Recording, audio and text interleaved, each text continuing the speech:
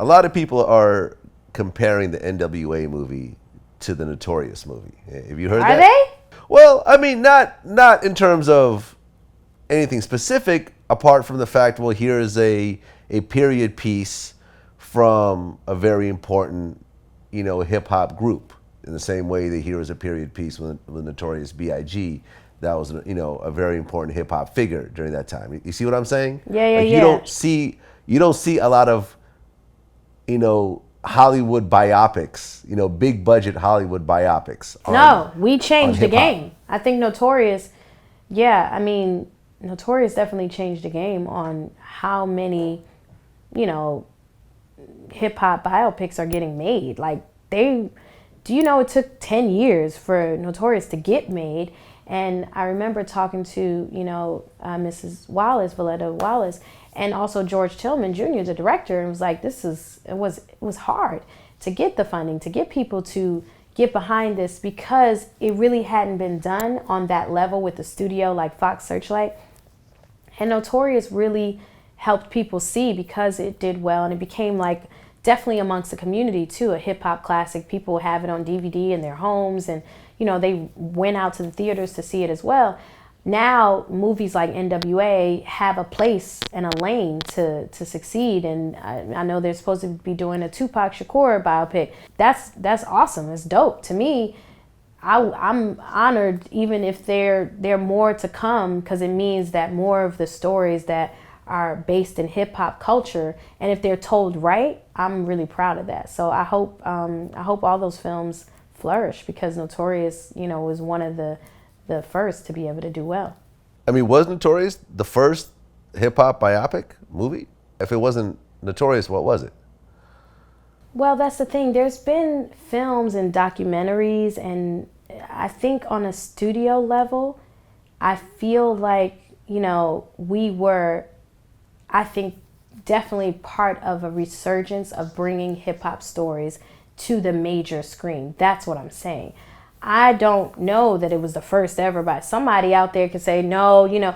I think that what I'm saying is that Notorious, because it was on a studio, like 20th Century Fox Searchlight was behind it, and we were able to get the whole nation involved in a dialogue about Biggie Smalls, what happened to Biggie, talking about his life, not just about his death. I think that that's something that we don't see enough of and a lot of. So what I think is encouraging is that it seems like Notorious definitely gave a push where a lot of other hip hop biopics are starting to come out. I haven't heard so much discussion about these before, so I'm encouraged by that. That's all.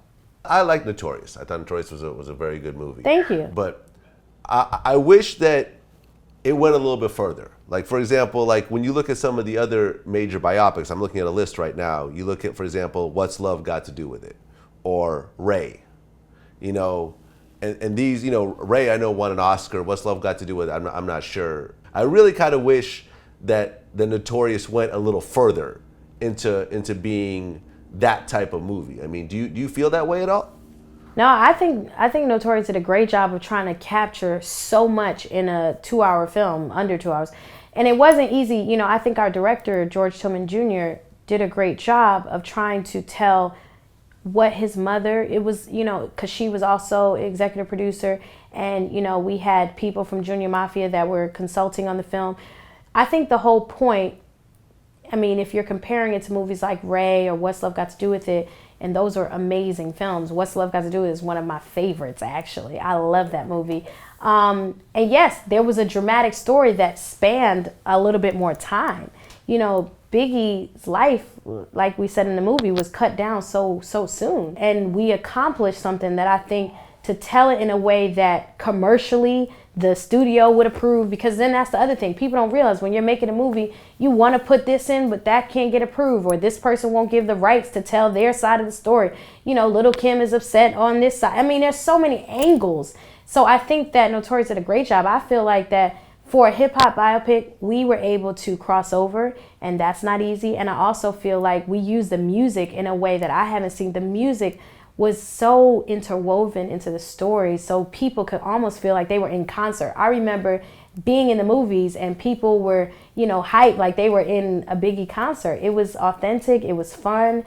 Of course we all could have, add more to the story. I wish it was longer, all of that. But at the end of the day, we did what we could do in a movie that was, a little under 2 hours. And I'm really proud of that film. Trust me, if we could do a Notorious Part 2, I would be in there like swimwear.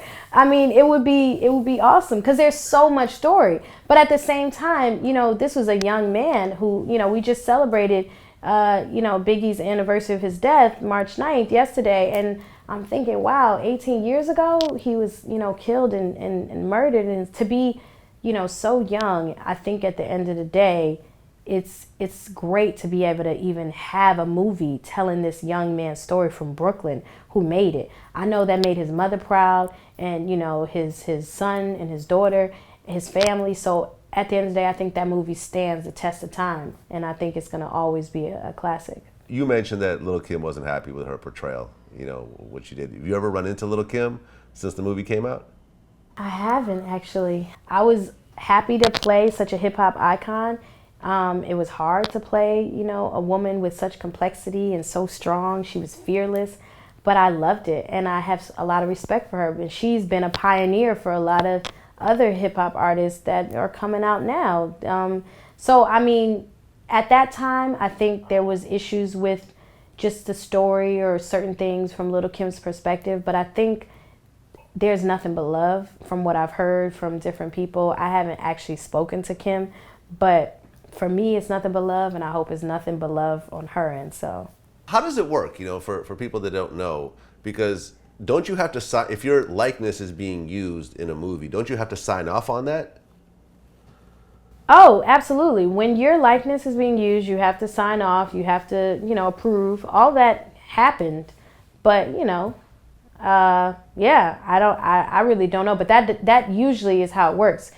You're giving the rights to the studio and all the producers to use your name, your likeness, and she did do that. She signed the paperwork, but she wasn't happy with the final product, basically. I guess so. I mean, because I wasn't there, in the trenches with I was just a new actress in my first movie, and I just got cast in this film that was huge. So for me, I didn't know all of the behind the scenes, but all I know is, I was just trying to give it all I had. Lil Kim had a story of her own, so I just wanted to be as authentic as possible.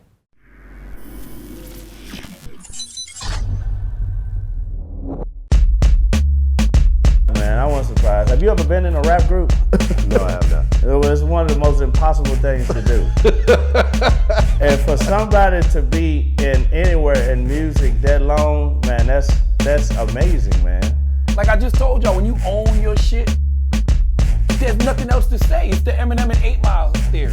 At the end of 8 Mile, Eminem got on that microphone, said everything that guy possibly could say bad about him. He owned his shit, and the guy couldn't even say anything.